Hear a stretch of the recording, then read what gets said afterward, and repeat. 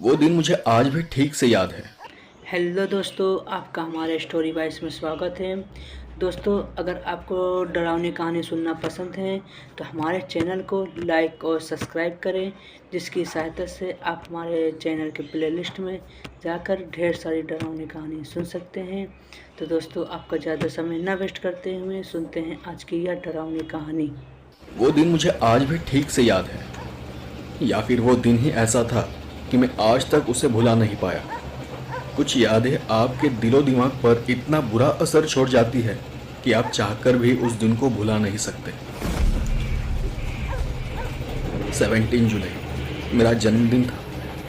1987 का वो दिन मुझे आज भी ठीक से याद है। उस साल मैं छत्तीसगढ़ में एक प्रोजेक्ट पर काम कर रहा था। वो एक रेलवे का प्रोजेक्ट था।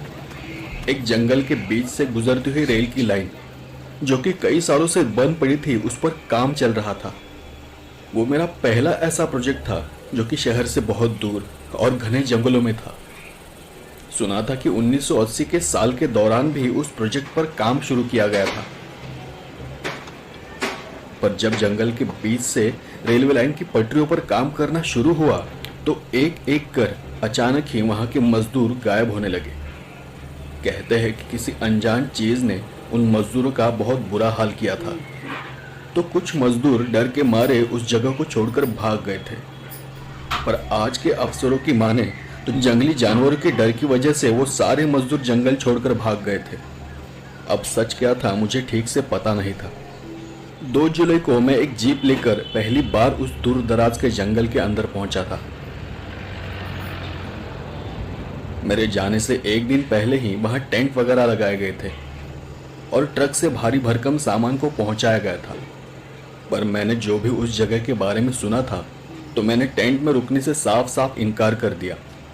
मैंने अपने लिए ही नहीं बल्कि मेरे साथ जो 15-20 मजदूर थे उनको भी टेंट में रुकने से मना कर दिया, क्योंकि मैं अकेला ही वहां का इंजीनियर भी था और उन सब मजदूरों का सुपरवाइजर भी था। इसीलिए जब तक कि हमारा वहां रुकने का ठीक से इंतजाम नहीं हो जाता और हमारी सुरक्षा के लिए गार्ड नहीं मिल जाते, मैंने किसी को भी जंगल में रुकने नहीं दिया। हम सब दिन भर वहां काम करते और अंधेरा होने से पहले ही जंगल से निकल जाते थे। बीच बीच में कुछ बड़े बड़े अफसर अपनी बड़ी बड़ी गाड़ियों में बैठकर दिन में एक बार आकर काम कहां तक पहुंचा है ये देखकर वापस चले जाते थे। पर तब रेल लाइन का काम बहुत जल्दी होना जरूरी था, क्योंकि उस काम के लिए गवर्नमेंट का खर्चा बढ़ता ही चला जा रहा था और हम सबका जंगल में आने जाने में काफी समय गुजर रहा था। तो दिन भर में बस 3 या 4 ही घंटे काम होता था। इसीलिए फिर एक ट्रेन को जंगल के अंदर जहां तक पटरियां बिछी हुई थी वहां तक लाया गया और हम सबका उस ट्रेन में रहने का इंतजाम कर दिया गया और हमारी सुरक्षा के लिए कुछ हथियार दिए गए। ट्रेन के आने के बाद मुझे उस जंगल में थोड़ा बहुत सुरक्षित लगने लगा था। अब आने जाने की प्रॉब्लम तो सॉल्व हो गई थी, लेकिन फिर भी मैं किसी को भी अंधेरा होने के बाद काम नहीं करने देता था, क्योंकि उन सब मजदूरों की जिम्मेदारी मुझ पर ही थी।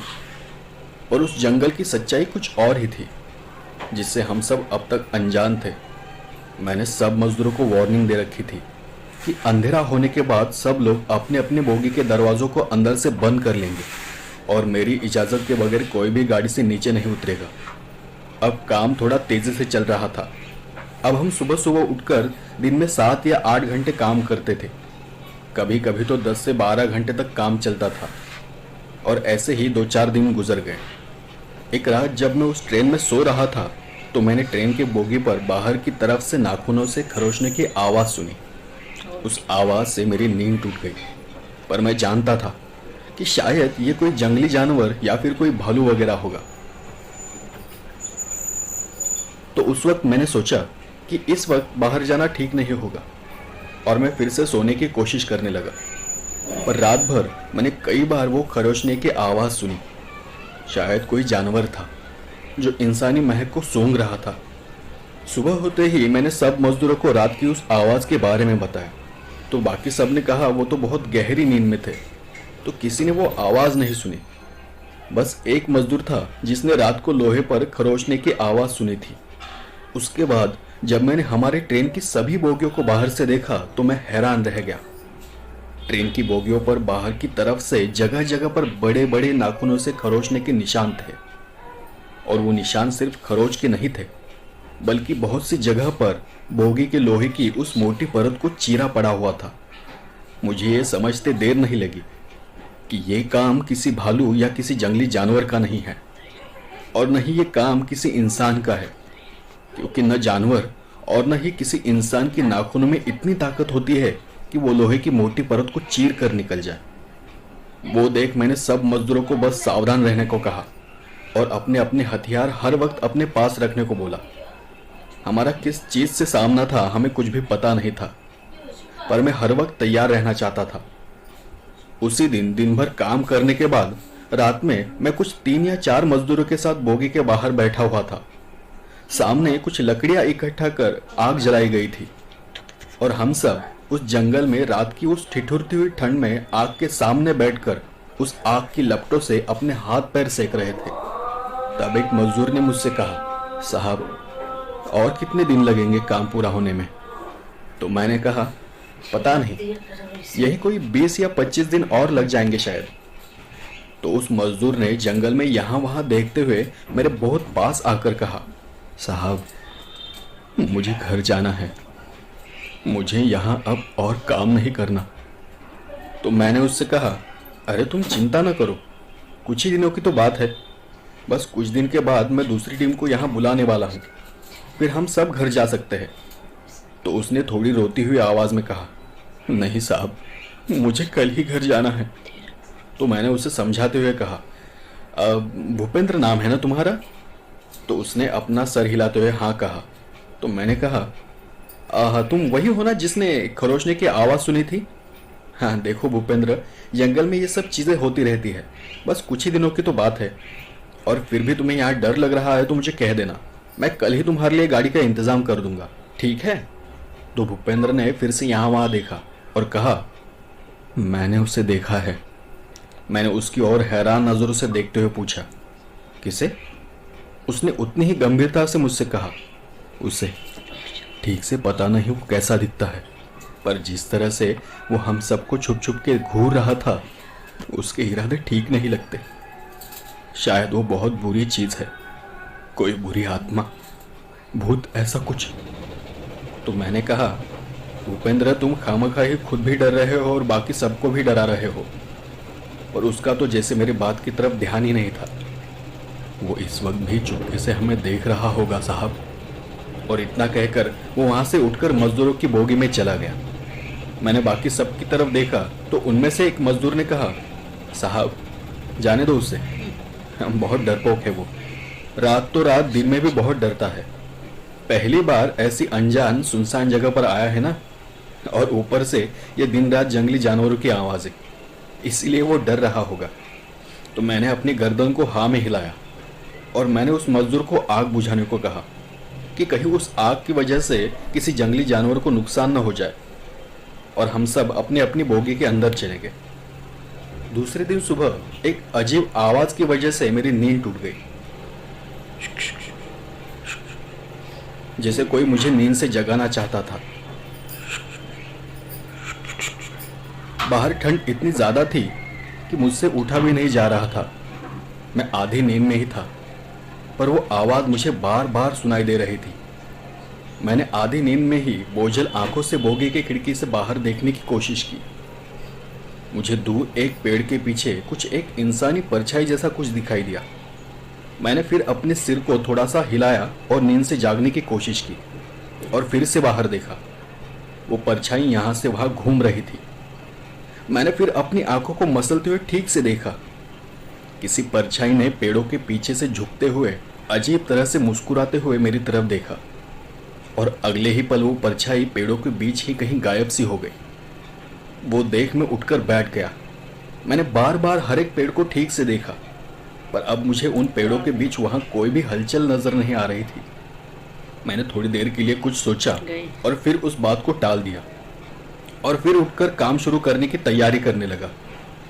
आज सब ने करीब करीब 10 घंटे काम किया था और अब दिन ढल रहा था और शाम हो गई थी। कुछ मजदूर रात के खाने का इंतजाम करने में लग गए तो कुछ बाकी सारे सामान को एक जगह जमा कर रहे थे। दिन भर काम करने के बाद मैं भी बहुत थक गया था और थक कर मैं अपने बोगी में आकर एक सीट पर लेट गया। तब मुझे बाहर से फिर वही आवाज़ सुनाई दी। उस आवाज़ को सुन मैंने झट से उठकर खिड़की से बाहर झांक कर देखा तो बाहर भूपेंद्र खड़ा था। मुझे देख वो थोड़ा सा मुस्कुराया तो मैंने उससे कहा, वो तुम्हें थे ना जो आज सुबह ऐसी आवाज़ निकाल रहे थे? तो वो और थोड़ा मुस्कुराते हुए मेरी खिड़की के और पास आया और उसने कहा, मतलब आपने भी वो आवाज़ सुनी है ना? तो मैंने फिर उसे कहा, आवाज़ सुनी ही नहीं बल्कि तुम्हें भी देखा। तुम वहाँ कहीं मुझे देख झाड़ियों के पीछे छुप रहे थे, है ना? तो भूपेंद्र गंभीर होकर बोला, वो मैं नहीं था साहब, वो वही था जिसे मैंने कल देखा था। कोई आत्मा, बुरी आत्मा। सुबह जब मैंने वो आवाज़ सुनी मैं समझ गया कि ये उसकी आवाज़ है। इसलिए मैं सर से पांव तक चद्दर ओढ़कर बस पड़ा रहा। पर अब आपने भी उसे देखा है। बोलो बोलो ना साहब, देखा है ना? तो मैंने फिर अपनी बात को ठीक करते हुए कहा, नहीं, उसे नहीं देखा। मतलब मैंने किसी को नहीं देखा, मैंने बस वो आवाज़ सुनी है। और मैं ये भी जानता हूँ कि वो किसी जानवर की आवाज़ थी। हालांकि मैं इस बात को अच्छी तरह से जानता था कि सुबह मैंने किसी काली परछाई को देखा ज़रूर था, पर मैं भूपेंद्र के सामने ऐसी बात नहीं करना चाहता था कि जिसे सुनकर वो और डर जाए और इस बात की वजह से बाकी सारे मजदूरों में भी डर फैल जाए। खाना खाने के बाद उस रात मैंने आगे क्या करना है इस बारे में बहुत सोचा और मैंने दूसरे ही दिन पास के स्टेशन ऑफिस के लिए अपने हाथ से ही लेटर लिखना शुरू कर दिया। तब मैंने एक अजीब चीज़ को महसूस किया था। कोई तो बोगी के ऊपर अपने बड़े बड़े कदमों के साथ चल रहा था। उसके भारी भारी कदमों की आवाज़ आ रही थी। अब वो भालू जैसा कोई जानवर था या फिर वो साया था, पता नहीं था।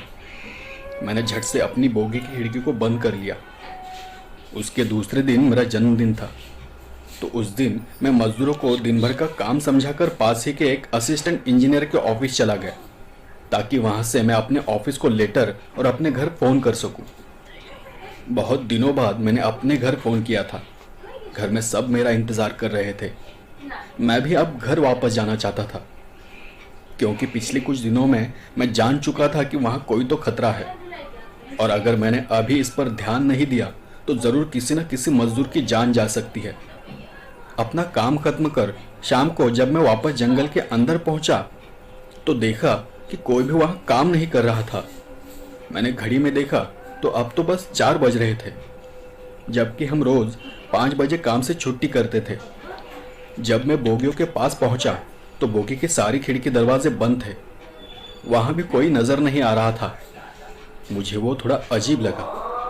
सब अचानक कहाँ गायब हो गए। मैं फिर उस बोगी के पास चला गया जहाँ वो सारे मजदूर एक साथ रहा करते थे और मैंने बोगी का दरवाज़ा बजाया। 1 बार बजाया, 2 बार बजाया, पर कोई आवाज़ नहीं।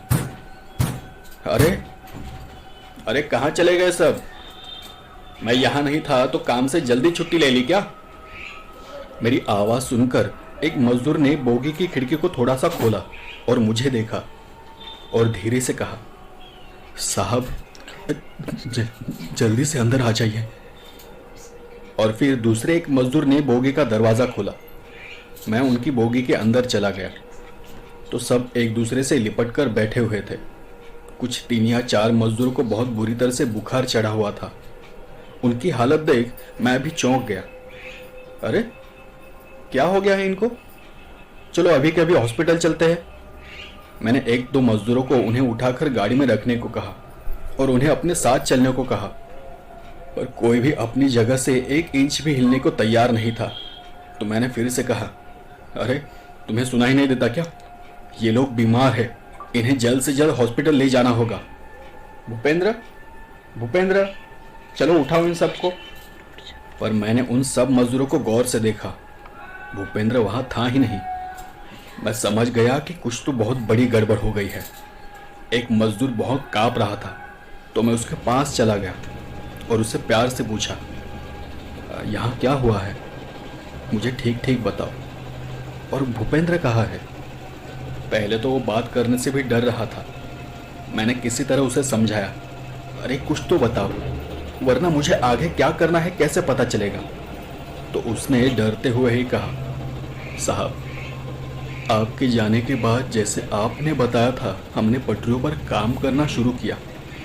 दोपहर को हम खाना खाने वापस बोगियों के पास पहुंचे थे तो देखा कि सारा अनाज सब गायब था। हमें लगा कि शायद किसी जानवर ने अनाज खा लिया होगा, पर उसके बाद जो हमने देखा वो देख सब बहुत डर गए। कोई चीज़ थी जो हवा में लहरा रही थी। पल भर में वो नीचे आकर हमारे बदन से होकर गुजर रही थी। ये चारों वही मजदूर है जिनके बदन से होकर वो चीज़ गुजरी है। तब से इन्हें बहुत तेज बुखार है। इतना ही नहीं, हमने उस चीज़ पर गोलियां भी चलाई और उस पर गोलियों का कुछ असर ही नहीं हो रहा था। हम जानते थे कि वो कोई इंसानी चीज़ नहीं है, कोई शैतानी ताकत है, हम उसे हरा नहीं सकते थे। तो हमने किसी तरह एक दूसरे को सहारा दिया और बोगी के अंदर आकर छुप कर बैठ गए। पर जब हम सब अपनी अपनी जान बचा रहे थे तब भूपेंद्र चीखते चिल्लाते हुए दौड़ते हुए जंगल में कहीं चला गया। डर के मारे वो पागल हो गया था। भागते वक्त वो चिल्ला रहा था कि ये वही चीज़ है जिसे उसने और आपने देखा है, कोई भयानक काला साया, कोई आत्मा, और अब वो हम सबको मार देगी। वो हमें यहाँ से जिंदा जाने नहीं देगी साहब। मैंने उस मजदूर को शांत किया और कहा, ये भूपेंद्र भी ना, क्या ज़रूरत थी जंगल में जाने की, पता नहीं अब इस वक्त कहाँ होगा। और फिर मैंने मजदूरों को समझाना शुरू किया, देखो मैं आप सबसे एक बात कहना चाहता हूँ।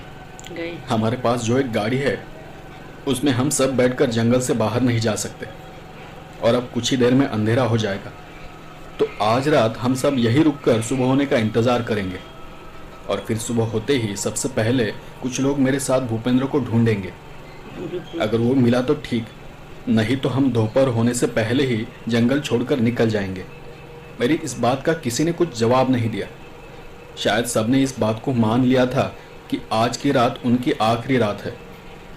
पर मैं फिर भी हर किसी के पास जाकर उन्हें समझाने की कोशिश कर रहा था, उन्हें शांत रखने की कोशिश कर रहा था। अब बाहर सब तरफ अंधेरा हो चुका था। मैं उन लोगों को धीरज दे ही रहा था कि तभी हम सब ने बोगी पर खरोचने की आवाज़ सुनी। मैंने सबको एकदम शांत रहने को कहा। कुछ देर बाद सब अपने आप ही शांत हो गया। तभी किसी ने ज़ोर ज़ोर से बोगी के दरवाज़ों को पीटना शुरू किया।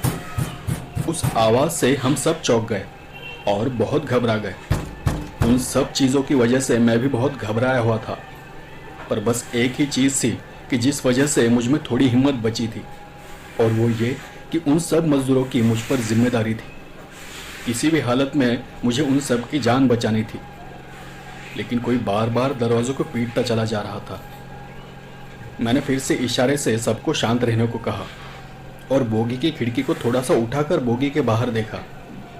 आज शायद पूर्णिमा की रात थी, क्योंकि रात होने के बावजूद भी बाहर अच्छी खासी रोशनी थी। मैंने फिर से यहाँ वहाँ नज़र घुमाई तो देखा कि बाहर भूपेंद्र खड़ा था। सूखे पत्ते की तरह वो काँप रहा था। वो इतना घबराया हुआ था कि घबराहट में उसे सांस भी नहीं आ रही थी। मैंने धीरे से ही उसे आवाज़ दी, भूपेंद्र जल्दी से अंदर आ जाओ। और मैंने धीरे से उस बोगी का दरवाज़ा खोला, लेकिन वो अंदर आ ही नहीं रहा था। वो वही का वही खड़ा था। तभी उसने उंगली से सामने की ओर इशारा करते हुए बोला, वो सामने वहाँ कोई है। मैंने उसे कहा, भूपेंद्र वहाँ कोई नहीं है, तुम बस जल्दी से अंदर आ जाओ। तो उसने चिल्ला कर कहा, दिख नहीं रहा क्या तुम लोगों को, वहाँ कोई है। तो मैंने फिर से उसे कहा, भूपेंद्र तुम अपने साथ साथ दूसरों की जान भी खतरे में डाल रहे हो, जल्दी से अंदर आ जाओ। और फिर बात करते करते अचानक ही उसकी आवाज बदल गई, अरे वो सामने दिख नहीं रहा क्या, वो वहां पेड़ के पीछे। वो इंसान नहीं है, पक्का कोई आत्मा है। मैंने भूपेंद्र की तरफ देखा तो वो अजीब तरह से अपनी गर्दन को पीछे मोड़ते हुए देख रहा था, और फिर अचानक ही वो नीचे गिर पड़ा और मेरी आंखों के सामने भूपेंद्र अपने आप ही घसीटता हुआ जंगल में चला जा रहा था। जैसे कि कोई उसकी टांग पकड़कर उसे घसीटते हुए ले जा रहा था और वो चिल्लाए जा रहा था, मुझे बचाओ साहब, मुझे बचा लो, मैं घर जाना चाहता हूँ। न जाने उस वक्त मुझ में कहाँ से इतनी हिम्मत आई थी। मैंने पास ही पड़ी अपनी बंदूक उठाई और एक दो जो बहादुर मजदूर थे उन्हें साथ लेकर बोगी से नीचे कूद पड़ा। और जिस दिशा में भूपेंद्र घसीटता हुआ गया था, हम भी उसी दिशा में दौड़ते हुए चले गए। कुछ 1-8 किलोमीटर भागने के बाद हमने देखा कि भूपेंद्र एक पेड़ को पीठ लगाकर बैठा हुआ था, लेकिन वो अजीब तरह से बैठा हुआ था। हमारे वहां आने की आहट को सुनकर उसने हमारी तरफ देखा। साहब आओ, यहाँ मेरे पास आओ, मुझे ठीक से देखो। मैंने कहा था ना कि कोई है, इस जंगल में कोई है, पर आपको मुझ पर यकीन नहीं था। आपने मेरी बात को नहीं माना। मैं पागल नहीं हूँ। और ऐसा कहकर उसने पास ही पड़ा हुआ एक पत्थर उठाया और उसे अपने सर पर जोर जोर से मारने लगा। वो देख मैं बहुत डर गया। हाथ में बंदूक तो थी, पर उसका कुछ भी फायदा नहीं था। सामने भूपेंद्र था या कोई और था, कुछ पता नहीं था। और फिर गोली चलाता तो भी किस पर। उस 1 मिनट के अंदर ही भूपेंद्र लहूलुहान हो गया। उसका यह हाल देखकर हमारे पसीने छूट गए थे। सब बहुत घबराए हुए थे। फिर भी हम सब दौड़कर उसके पास चले गए और हम सब ने उसे चारों तरफ से कस के पकड़ा। किसी ने उसके हाथ पकड़े थे तो किसी ने उसके पैर पकड़े थे, पर उसमें जैसे कोई शैतानी ताकत थी कि वो हम चारों से भी संभला नहीं जा रहा था। तभी मैंने देखा कि आगे कुछ ही दूरी पर वही शैतान खड़ा था और मुझे देख मुस्कुरा रहा था। मुझे पता नहीं था कि अब क्या करना है, पर इस बार उस शैतान को देख मुझे इतना डर नहीं लग रहा था। शायद इसका कारण ये मजदूर ही थे, जिनकी वजह से मुझ में अब भी हिम्मत बाकी थी। और उस शैतान को देख एक बात तो मैं समझ गया था कि वो नहीं चाहता था कि हम में से कोई भी उस जंगल में रुके और उसकी मर्जी के खिलाफ उसकी मालकियत उसकी जगह पर कुछ भी करे। तो मैंने बस उसे हाथ जोड़े और चिल्लाते हुए कहा, हम सब कल ही यहाँ से चले जाएंगे, हमें माफ़ कर दो। हमें पता नहीं था कि ये जंगल तुम्हारा घर है। ये गरीब मजदूर है, इन्हें मारने से तुम्हें कुछ हासिल नहीं होगा। माफ़ कर दो, जाने दो इन्हें। और मेरी उस बात के बाद वो परछाई धुएं की तरह हवा में बिखर गई। भूपेंद्र भी नॉर्मल हो गया, पर उसके सर से अब भी खून बह रहा था। तो हम किसी तरह उसे लेकर बोगी के पास पहुंचे और सबसे पहले मैंने भूपेंद्र को फर्स्ट एड दिया। उस रात 1 मिनट के लिए भी मेरी आंख नहीं लगी और दूसरे दिन सुबह हम सब वहां से निकल गए। कुछ मजदूरों को हॉस्पिटल में एडमिट किया गया तो कुछ मजदूरों को घर भेज दिया गया। और फिर मैंने उस जंगल के और वहाँ के हालात के बारे में एक लंबी सी रिपोर्ट बनाई और मेरे इस्तीफे के साथ ही उसे डिपार्टमेंट को भेज दिया। उसके बाद पता नहीं वहाँ फिर से काम शुरू हुआ भी या नहीं, पर आज भी मुझे मेरे जन्मदिन पर वो भयानक रात याद आती है। आधी रात हो चुकी थी। रात के करीब 11:30 बज चुके थे। मैं अपना काम खत्म कर ऑफिस से बाहर निकल पड़ा। मेरे ऑफिस के बिल्डिंग के बाहर सिक्योरिटी करने वाले नंदलाल जी तब गेट के पास ही बैठे हुए थे। बड़े बुजुर्ग थे, यही कोई 50-55 के करीब उनकी उम्र होगी। मुझे बाहर आते देख वो बोले, बेटा इतनी रात को तुम यहाँ क्या कर रहे हो? तो मैंने उन्हें कहा, जी कुछ अर्जेंट काम था तो रुका था, अब घर जा रहा हूँ। तो उन्होंने कहा, शायद तुम्हें पता न हो, पर आज अमावस की रात है, हो सके तो यही रुक जाओ, सुबह चले जाना। अमावस की रात सुनते ही मैंने ऊपर आसमान की तरफ देखा। ऊपर सब तरफ बस अंधेरा ही अंधेरा नज़र आ रहा था। तो मैंने उनसे कहा, नहीं मुझे कोई फ़र्क नहीं पड़ता, रात अमावस की हो या पूर्णिमा। तो उन्होंने फिर कहा, अच्छा ठीक है, तो अगर थोड़ी देर रुक सको तो रुक जाओ, कुछ ही देर में मेरी ड्यूटी भी ख़त्म होने वाली है। तुम चाहो तो हम दोनों साथ में चल सकते हैं। ऐसी काली रात में अकेले जाना ठीक नहीं होगा बेटा। मुझे लगा कि शायद अमावस की रात की वजह से वो अंकल खुद ही डरे हुए थे। पुराने ज़माने के इंसान थे तो भूत प्रेत ऐसी चीज़ों को मानते होंगे, पर मुझे पहले ही बहुत देर हो गई थी। तो मैंने उनसे कहा, जी नहीं, मुझे घर पर थोड़ा ज़रूरी काम भी है और कहीं आखिरी बस भी निकल गई तो मुश्किल हो जाएगी। ऐसा कहकर मैं उनसे छुटकारा पाने की कोशिश ही कर रहा था कि तभी उन्होंने मेरा हाथ अपने हाथ में लिया और कहा, ठीक है, जैसे तुम्हारी मर्जी। वैसे तो मैं सिर्फ एक आम सिक्योरिटी गार्ड हूँ और तुम पढ़े लिखे इंसान हो। मैं तुम्हारी बराबरी तो नहीं कर सकता, पर मुझ बुजुर्ग के लिए तुम इतना तो कर ही सकते हो ना। और ऐसा कहकर मेरे हाथ में एक कागज़ की पुड़िया थमाते हुए उन्होंने बोला, मेरी पत्नी ने मुझे ये माता का अंगार दिया था और तुम जाना ही चाहते हो तो बस इसे अपने जेब में रख लो। मैंने उनका दिल रखने के लिए झूठ मूठ का हंसते हुए उनके हाथ से वो पुड़िया लेकर अपने बैग में रख दी और वहाँ से निकल पड़ा। मैं अपने ऑफिस से निकलकर बस स्टॉप पर खड़ा बस का इंतज़ार कर रहा था। हवाएं ज़ोरों से चल रही थी, ठंड भी काफ़ी थी, मानो हवाएं मुझसे कुछ कहना चाहती थी। बड़ी देर इंतज़ार करने के बाद भी कोई बस नहीं आ रही थी। तभी मैंने एक आदमी की परछाई देखी। वो आदमी मुझसे काफ़ी दूर होने के कारण उसका चेहरा ठीक से नज़र नहीं आ रहा था और अंधेरा भी इतना ज़्यादा था कि कुछ भी ठीक से दिखाई नहीं दे रहा था। लगा शायद कोई मेरी ही तरह देर से घर जा रहा हो। मैंने घड़ी में देखा तो 12 बजने में कुछ ही मिनट बाकी थे और मैंने फिर सामने देखा तो परछाई अचानक ही कहीं गायब हो चुकी थी। वहाँ कोई भी नज़र नहीं आ रहा था। मुझे थोड़ा अजीब सा लगा। तभी एक टैक्सी मेरी तरफ आती हुई दिखाई दी। मैंने सोचा कि शायद आखिरी बस भी निकल चुकी होगी। अच्छा होगा कि टैक्सी से ही घर जाया जाए। तो मैंने टैक्सी वाले को हाथ दिखाकर टैक्सी रोकी। मेरी जगह का नाम बताकर मैं टैक्सी में बैठ गया, पर टैक्सी वाले ने मुझे कोई भी जवाब नहीं दिया और वो टैक्सी शुरू कर टैक्सी चलाने लगा। तभी मैंने उस टैक्सी वाले से पूछा, जी आपने अभी आते समय किसी आदमी को देखा? नहीं। बस इतना कहकर वो चुप हो गया। तो मैंने फिर से उससे कहा, जी अभी मैंने एक आदमी की परछाई देखी थी।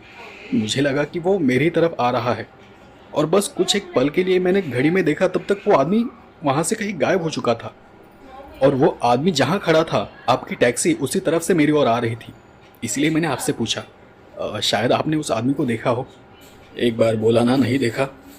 मुझे वो टैक्सी वाला थोड़ा अजीब लगा तो मैं चुपचाप बैठा रहा। कुछ देर बाद मेरा ध्यान टैक्सी में लगे मिरर की ओर गया तो मैंने देखा कि वो टैक्सी ड्राइवर बार बार मुझे उस मिरर में देख रहा था। कुछ देर बाद उस टैक्सी वाले ने मुझे घूरते हुए कहा, शायद आप जानते नहीं कि आज अमावस की रात है और अमावस की रात कोई साया दिखना आम बात है। मैंने भी मिरर में देखा पर उस आदमी का चेहरा मुझे ठीक से नज़र नहीं आ रहा था। मैंने उससे कहा, मतलब क्या है तुम्हारा? क्या वो कोई भूत था? यही कहना चाहते हो ना तुम? हाँ, पर शायद आपको आपकी मंजिल तक पहुंचाना मेरे नसीब में लिखा था। मुझे उस आदमी पर गुस्सा आया। एक तो वो ठीक से बात नहीं कर रहा था और उसे लग रहा था कि उसकी ऐसी बातें सुनकर मैं डर जाऊंगा। तो मैंने थोड़ा चिल्ला कर कहा, क्या तुम पागल हो? कौन सी मंजिल की बात कर रहे हो तुम? तुम्हें क्या लगता है ऐसी बातों से मैं डर जाऊंगा? मेरी बात सुनकर वो टैक्सी ड्राइवर हंसने लगा।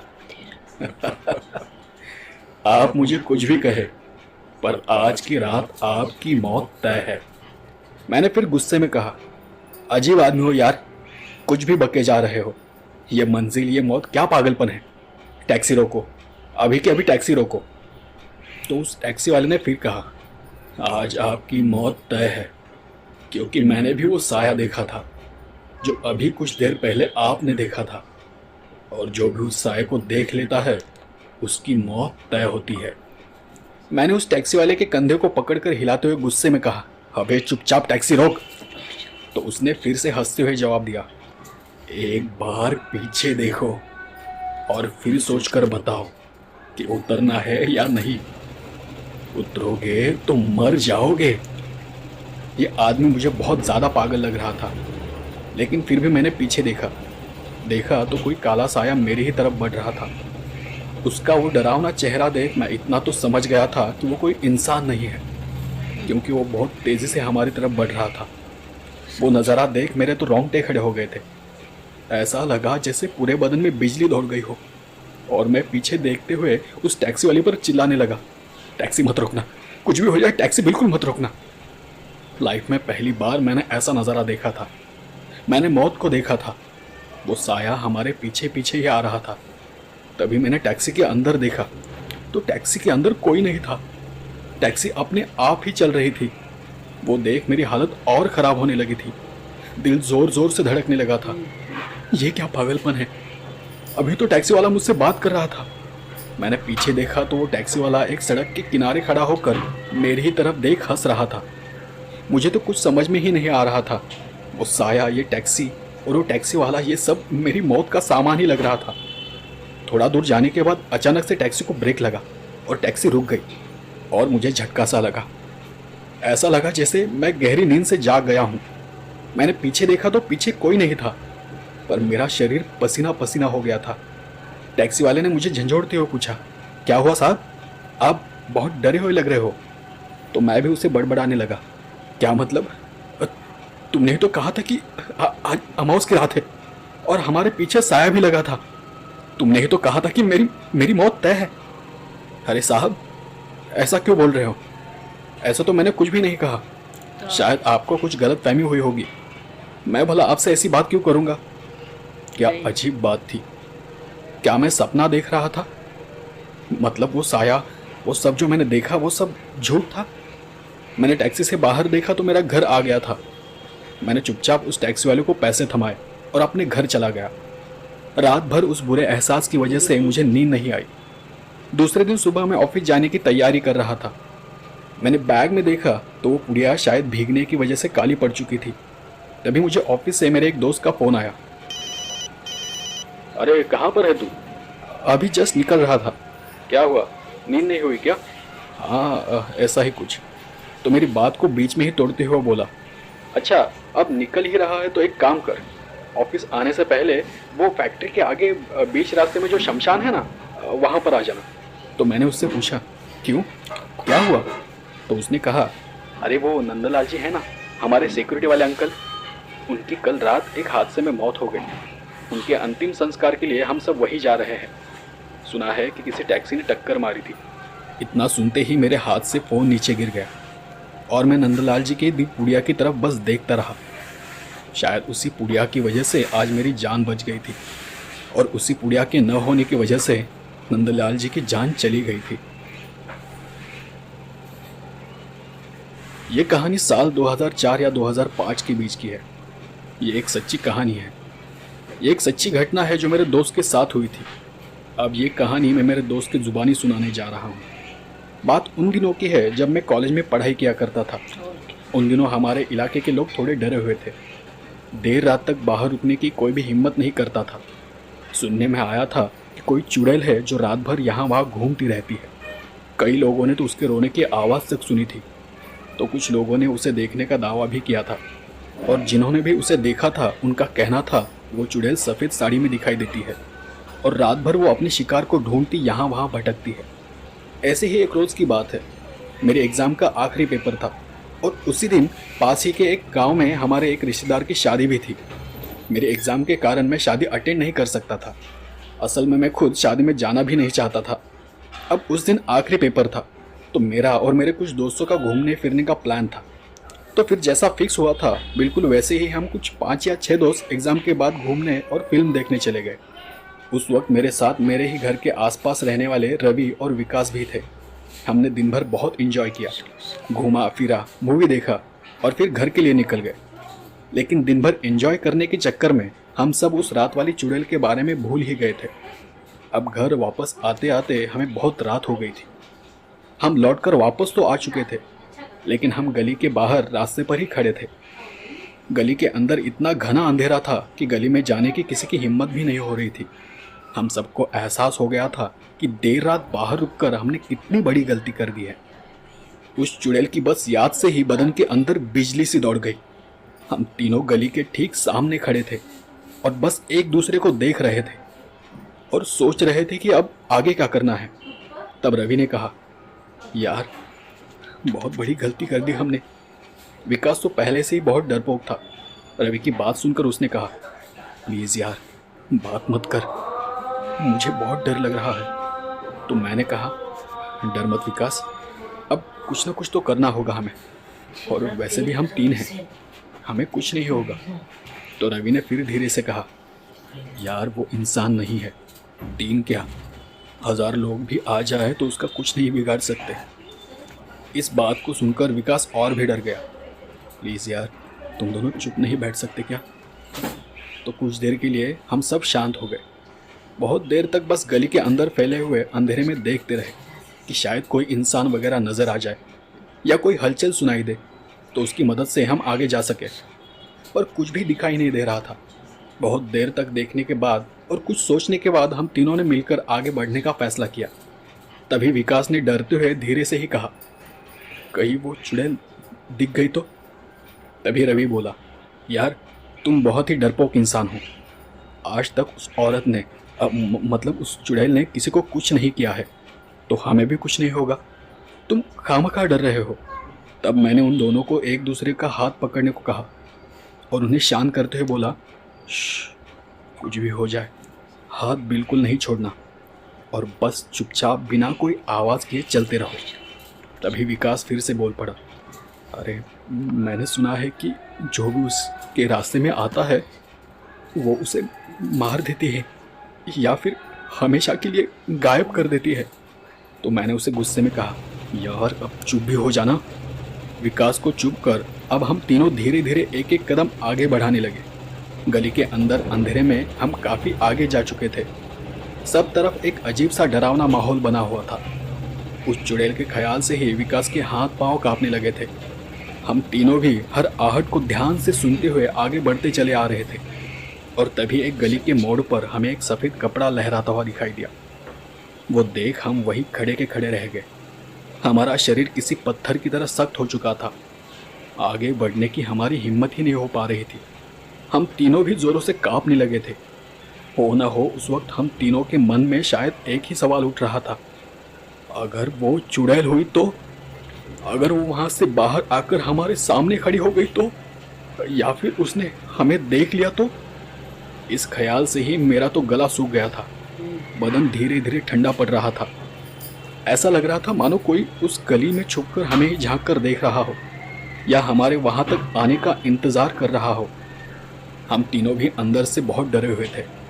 आसपास कुछ भी नहीं था कि जिसके सहारे हम घर तक पहुँच जाते, या फिर कुछ हो जाए तो आसपास कोई सुनने वाला भी नहीं था। हम कई देर तक एक ही जगह पर खड़े थे, न बात कर रहे थे और न ही हिल रहे थे। पीछे मुड़ने तक की हिम्मत नहीं थी। ऐसा लग रहा था जैसे हम पीछे मुड़ गए और अगले ही पल उसने पीछे से हमला कर दिया तो? तभी रवि ने धीरे से मेरे हाथ को खींचते हुए हल्की आवाज़ में पूछा, क्या ये वही चुड़ैल है या फिर हमारा वहम है? तो मैंने कहा, पता नहीं वो क्या है। विकास तो बात करने तक से डर रहा था।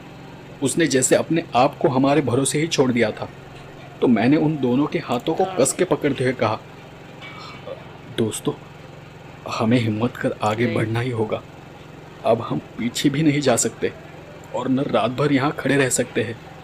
हमें बस शांति से आगे बढ़ना है। हम तीनों ने एक नज़र एक दूसरे की तरफ देखा। हालांकि हमने एक दूसरे के हाथ कसकर पकड़े हुए थे, लेकिन उस वक्त हम तीनों के हाथ बुरी तरह से कांप रहे थे। हमने एक दूसरे को थोड़ी हिम्मत दी और हम फिर से धीरे धीरे आगे बढ़ने लगे। जैसे जैसे हम उस मोड़ की तरफ बढ़ रहे थे, हमारी धड़कन और तेज़ होती जा रही थी। हमें बस उस मोड़ के आगे जाना था, क्योंकि उसके आगे बस कुछ ही दूरी पर मेरा घर था। दूसरा तरीका ये था कि उसी गली के दाईं तरफ एक छोटा सा मंदिर था। कुछ भी गलत हो जाए तो हम उस मंदिर में आसरा ले सकते थे या उस मंदिर के पीछे से होकर घर की तरफ जा सकते थे। तो मैंने उन दोनों को दाईं तरफ की गली से जाने का इशारा किया और हम धीरे धीरे आगे बढ़ने लगे। पर अचानक ही हमें किसी के रोने की आवाज़ सुनाई देने लगी और वो आवाज़ सुनकर हमारे पैर जैसे जम से गए। हम तीनों फिर से जहाँ खड़े थे वहीं पर रुक गए। वो सच में किसी औरत की आवाज़ थी। हमारे आसपास कोई तो था जो रो रहा था। वो रोने की आवाज़ सुनकर हमारी हालत और भी ख़राब हो गई। विकास के चेहरे का तो रंग ही उड़ गया था। मेरे तो कान के पीछे से पसीना बहने लगा था। रवि भी बहुत डरा हुआ था, पर वो अकेला था जिसकी वजह से मुझ में थोड़ी हिम्मत बाकी थी। मैंने हिम्मत कर उन दोनों से कहा, देखो दाईं तरफ मंदिर है और बाईं तरफ वो चुड़ैल हो सकती है। यहाँ रुकने से हम सब फंस सकते हैं। एक ही रास्ता है, हमें मंदिर की ओर चले जाना चाहिए या फिर यहीं खड़े होकर उस चुड़ैल के आने का और अपनी मौत का इंतज़ार करें। तो विकास ने कहा, तुम दोनों पागल हो। मैंने पहले ही कहा था ना, वहाँ कोई है। वो उसी औरत की साड़ी लहरा रही है। अब हमें कोई नहीं बचा सकता। हाँ, हमारी मौत पक्की है। तो मैंने उसे अपनी तरफ खींचते हुए कहा, और यहाँ रुकना भी कौन सी समझदारी है।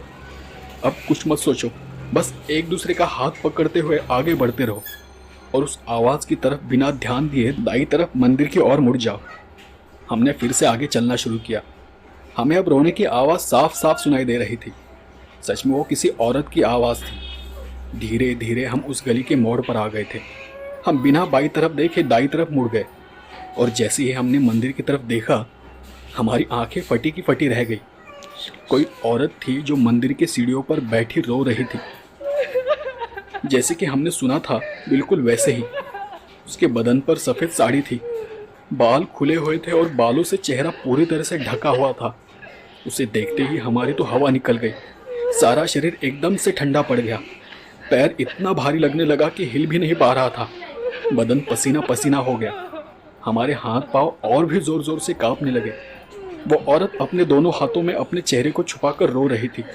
हम सब अपने पैरों को धीरे धीरे पीछे खिसकाते हुए जा ही रहे थे कि शायद उस चुड़ैल को हमारे वहाँ होने की भनक लग गई। वो रोते रोते अचानक ही शांत हो गई और अपना सिर उठाकर बालों के बीच से हमारी तरफ देखने लगी, मानो अब वो हम पर झपट कर हमें पकड़ने ही वाली हो। वो देख हमने वहाँ से पीछे मुड़कर पूरी ताकत से दौड़ना शुरू किया। भागते भागते हम तीनों मेरे घर तक आ पहुँचे। वो क्या चीज़ थी, कौन थी, हमें कुछ भी पता नहीं था, पर वो बहुत डरावनी थी। पर हम तीनों बाल बाल बच गए थे। उस रात मेरे दोनों दोस्त मेरे ही घर पर रुक गए। जैसे तैसे डर डर के हमने वो रात गुजारी। सुबह होते ही मेरे दोस्त अपने अपने घर चले गए और मेरे घर वाले भी तब तक शादी से घर वापस आ गए थे। तो मैंने मेरे पिताजी को रात के उस किस्से के बारे में बताया कि कैसे हमने उस चुड़ैल को देखा और उसे देख हमारी क्या हालत हुई थी। लेकिन मेरी बात सुनकर उल्टा वो ज़ोर ज़ोर से हंसने लगे। जब मैंने उनसे हंसने का कारण पूछा तो बोले, बेटा, हमारे इलाके में कोई चुड़ैल वगैरह नहीं है, ये सब अफवाहें हैं। और जिसे तुम लोगों ने देखा ना, वो कोई चुड़ैल नहीं थी, वो हमारे ही पीछे की गली में रहने वाली एक बदनसीब औरत है। कुछ ही दिन पहले उस औरत के जवान बेटे की एक एक्सीडेंट में मौत हो गई है और उसके पति की भी कुछ हफ्ते पहले बीमारी के चलते मौत हुई थी। पति और बेटे की एक के बाद एक मौत की वजह से उस औरत को बहुत बुरा सदमा लगा है और इसलिए वो रात दिन अपने पति और बेटे की याद में रोती रहती है। मैंने खुद कई बार उसे उस मंदिर के सामने बैठ और यहाँ वहाँ घूमते हुए देखा है। लोग खामखा अफवाहें फैलाते हैं। वो कोई चुड़ैल नहीं है, वो वही औरत है जो अपने बेटे की याद में रात रात यहाँ वहाँ भटकती रहती है। पापा की बात सुनकर मुझे अपने आप पर थोड़ी हंसी भी आई, लेकिन उस औरत के बारे में सुनकर बहुत बुरा भी लगा। कितना बुरा लगता है ना, जब अपना कोई हमें हमेशा के लिए छोड़कर चला जाए, तब जब हमारे पास उसके अलावा जीने का दूसरा कोई सहारा ही ना हो। सुहानी की तबीयत दिन ब दिन खराब होती चली जा रही थी। बहुत सारे डॉक्टर को दिखा, पर किसी का कोई इलाज नहीं चल रहा था। आखिरकार बुखार और कमजोरी की वजह से उसने बिस्तर पकड़ लिया। उसका पति अनमोल सुहानी से बहुत प्यार करता था। सुहानी की हालत देख उसे सुहानी की बहुत चिंता हो रही थी। डॉक्टर की दवाइयों का कुछ खासा असर नहीं हो रहा था। जब तक दवाइयों का असर रहता, आराम मिलता, और जैसे ही दवाइयों का असर खत्म हो जाता, सुहानी की हालत फिर से खराब हो जाती थी। कुछ ही महीने पहले अनमोल और सुहानी ने घर वालों के खिलाफ जाकर लव मैरिज की थी और घर से भागकर इस अनजान जगह पर रहने चले आए थे। सुहानी दिखने में बेहद खूबसूरत थी। उसकी आंखें नीली गहरी थी, नाजुक गुलाबी होंठ थे, रंग ऐसा कि कोई सिर्फ हाथ लगा दे तो उसका पूरा बदन गुलाब जैसा खिल जाए। अगर कोई उसे एक बार देख ले तो उसका दीवाना हो जाए। अनमोल तब एक प्राइवेट कंपनी में जॉब किया करता था। शादी के बाद पहले 2-3 महीने हंसी खुशी बीत गए, मगर पिछले कुछ दिनों से उनकी खुशियों को जैसे किसी की नज़र सी लग गई थी। अब सुहानी की तबीयत खराब तो थी, पर हाल ही के कुछ दिनों में अनमोल ने एक बात को महसूस किया था कि सुहानी कभी बीच रात डरकर अचानक ही नींद से जाग जाती थी। कभी कभी तो नींद में ही बड़बड़ाने लगती थी, तो कभी नींद में ही उठकर घर से बाहर जाने की कोशिश करती थी। पर जब अनमोल उसे जगाता और पूछता कि क्या हुआ है, तो उसे कुछ याद नहीं आता। बस कहती कि मैंने एक डरावना सपना देखा। कभी कहती कि आज मैंने सपने में सिरकटा शैतान देखा। तो कभी कोई चुड़ैल उसके सपनों में आकर डराती थी। अनमोल को तो कुछ समझ ही नहीं आ रहा था कि आखिरकार उसे क्या तकलीफ है। रिपोर्ट में भी कुछ भी नहीं आ रहा था, सब रिपोर्ट नॉर्मल है, पर यहाँ सुहानी की हालत खराब से और ख़राब होती चली जा रही थी। तो एक दिन अनमोल ने अपने एक दोस्त रवि को सुहानी की हालत के बारे में बताया। रवि का कहना था कि सुहानी के पीछे ज़रूर किसी बुरी आत्मा का साया पड़ा होगा और इसी वजह से रिपोर्ट तो नॉर्मल आ रहा है, लेकिन सुहानी की तबीयत खराब होती चली जा रही है और इस हालत में कोई भी डॉक्टर सुहानी का इलाज नहीं कर सकता। अगर सुहानी को जल्द से जल्द ठीक करना है और उसे बचाना है तो हमें किसी तांत्रिक की मदद लेनी पड़ेगी। अनमोल का इन सब बातों में कभी विश्वास नहीं था, लेकिन जब दवाइयों का असर होना पूरी तरह से बंद हुआ और सुहानी की हालत और भी खराब होने लगी, तो न चाहते हुए भी अनमोल ने रवि की मदद से किसी तांत्रिक की मदद लेने का फैसला किया, क्योंकि अब सुहानी की हालत उससे देखी नहीं जा रही थी। वो हर हाल में सुहानी को ठीक देखना चाहता था। उसी रात रवि एक तांत्रिक को अनमोल के घर ले आया। उसने देर रात तक कुछ तंत्र मंत्र किया। पहले पहले तो सुहानी बस शांत बैठी रही, पर जब उस तांत्रिक ने अपना पुराना पैतरा आजमाया तो पता चला कि सुहानी के पीछे सच में किसी बुरी आत्मा का साया पड़ा हुआ है। वो आत्मा किसी औरत की अतृप्त आत्मा थी जिसकी अकाल मृत्यु हो गई थी और वो बस खून मांगती है।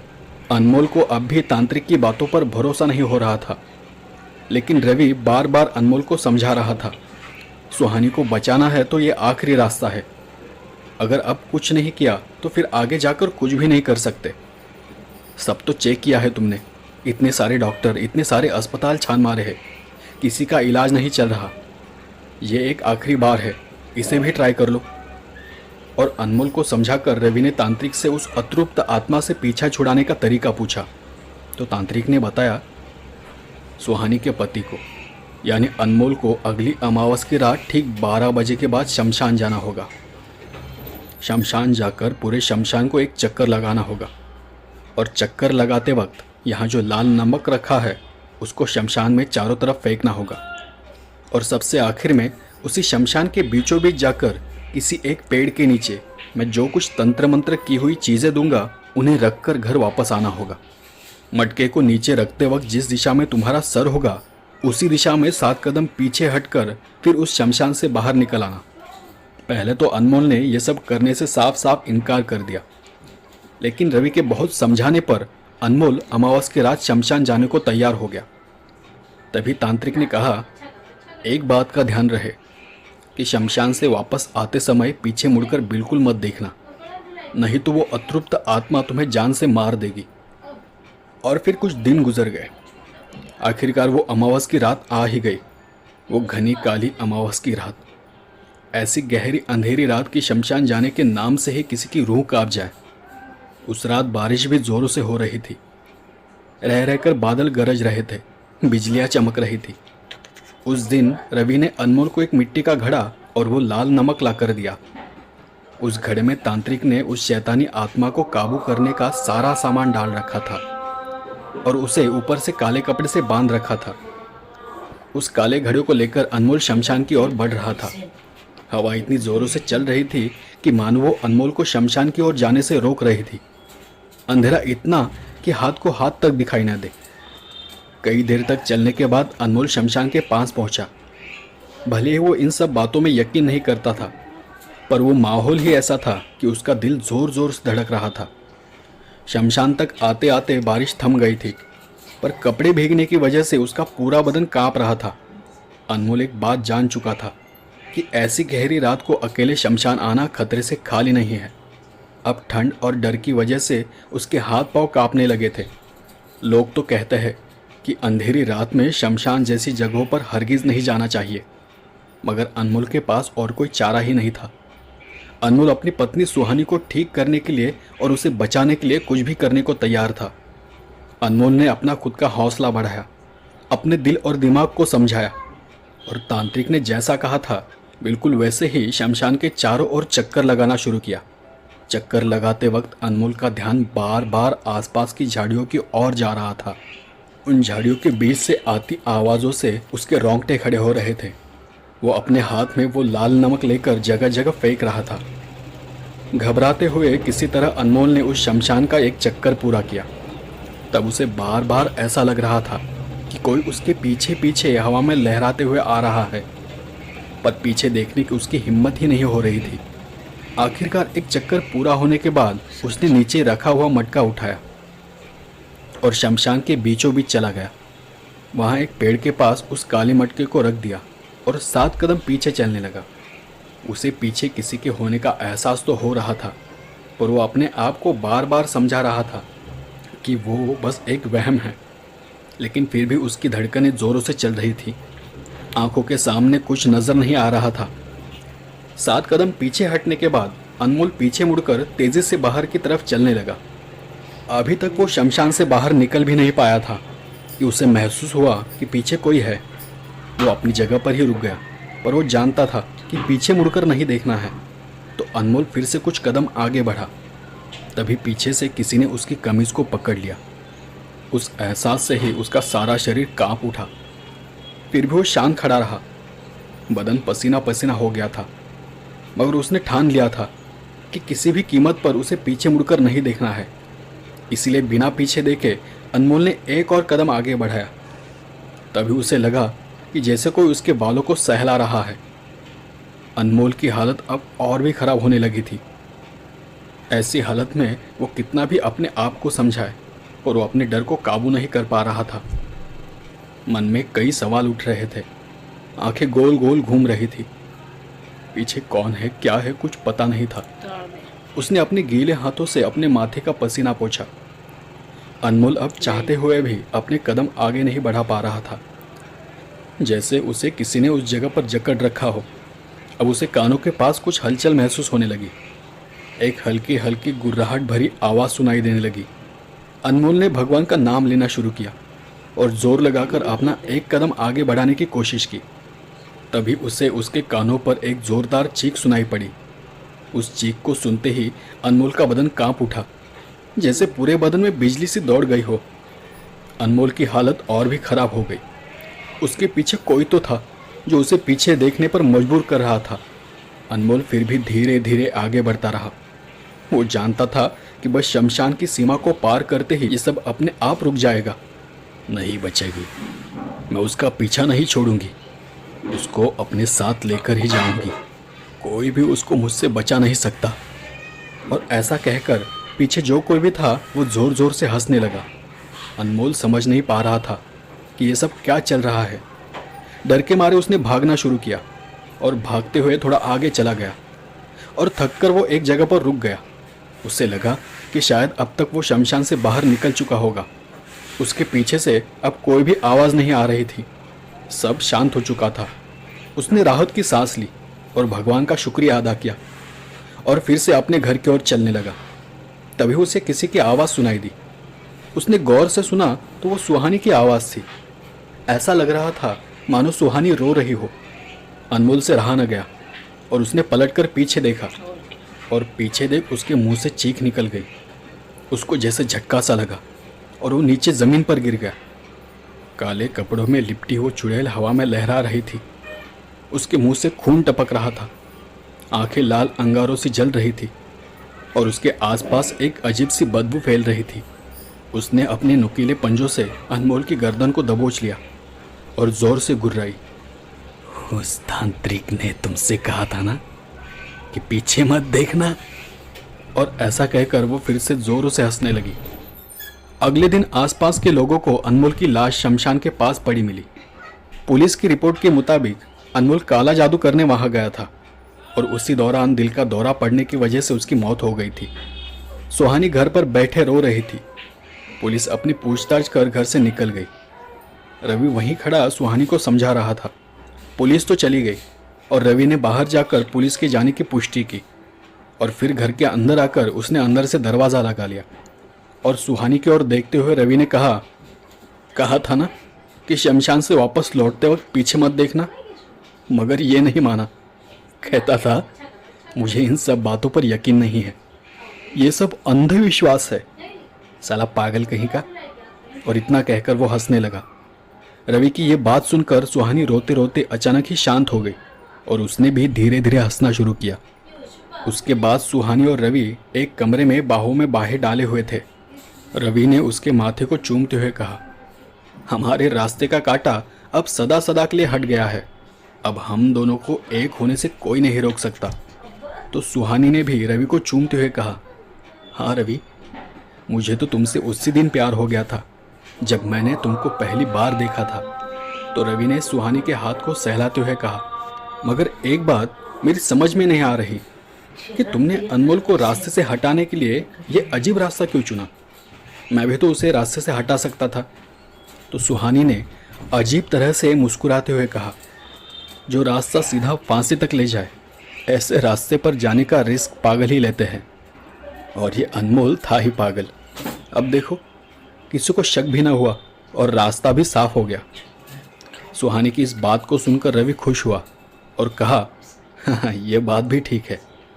और उसके बाद उन दोनों ने एक दूसरे को गले लगाया और वासनाओं की सारी हदें पार कर दी। वासना का खेल खेलती सुहानी मन ही मन में अब अपने अगले शिकार के बारे में सोच रही थी। तो दोस्तों, यह कहानी यहीं पर समाप्त होती है। अगर आपको यह कहानी पसंद आई हो तो हमारे चैनल को लाइक और सब्सक्राइब करें और हमें कमेंट में ज़रूर बताएं कि आपको यह कहानी कैसे लगी। तो दोस्तों, हम आपसे मिलते हैं अगली वीडियो में। जब तक के लिए गुड बाय।